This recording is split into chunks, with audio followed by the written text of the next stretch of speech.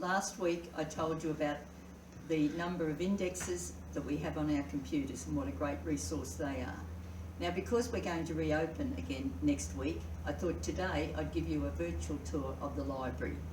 And as you can see, we do have quite a large library. Firstly, we have 5 computers on this side of the room. 4 are dedicated to Australian material, and the other one has a number of paid sites for overseas research. Our library books have been accessioned by subject and locality, and they also have a simple code that is easy to follow, and we'll show.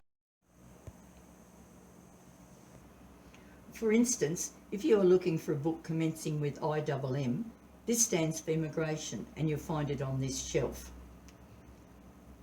As well, MIL stands for military, which is above, and SHI for shipping.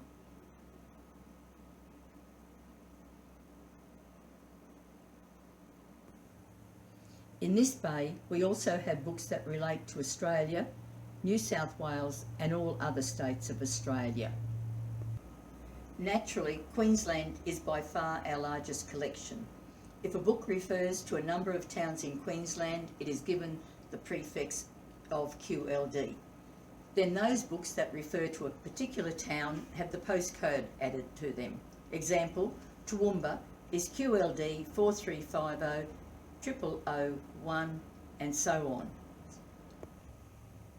The system is really easy to follow so long as you know how to count. On the other side of the room, we normally have 5 film readers. One is presently being used by one of our members who is diligently working at home indexing newspapers. 3 of these film readers also allow you to print.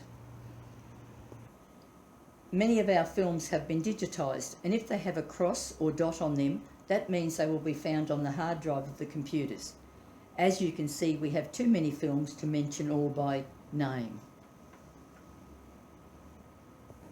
We also have a digital screen which the girls use when they do their discussion groups. These discussion groups are held twice a month in good times and are available only to our members. A couple of years ago, we enclosed part of our veranda to cope with our ever-growing collection. We have 1 more fish reader still in service and a number of laptops that are used by our volunteers for indexing. The film reader at the end is used by another volunteer to index the Toowoomba Chronicle. We also have 2 large cabinets at the end, and those contain a number of maps from places other than Toowoomba.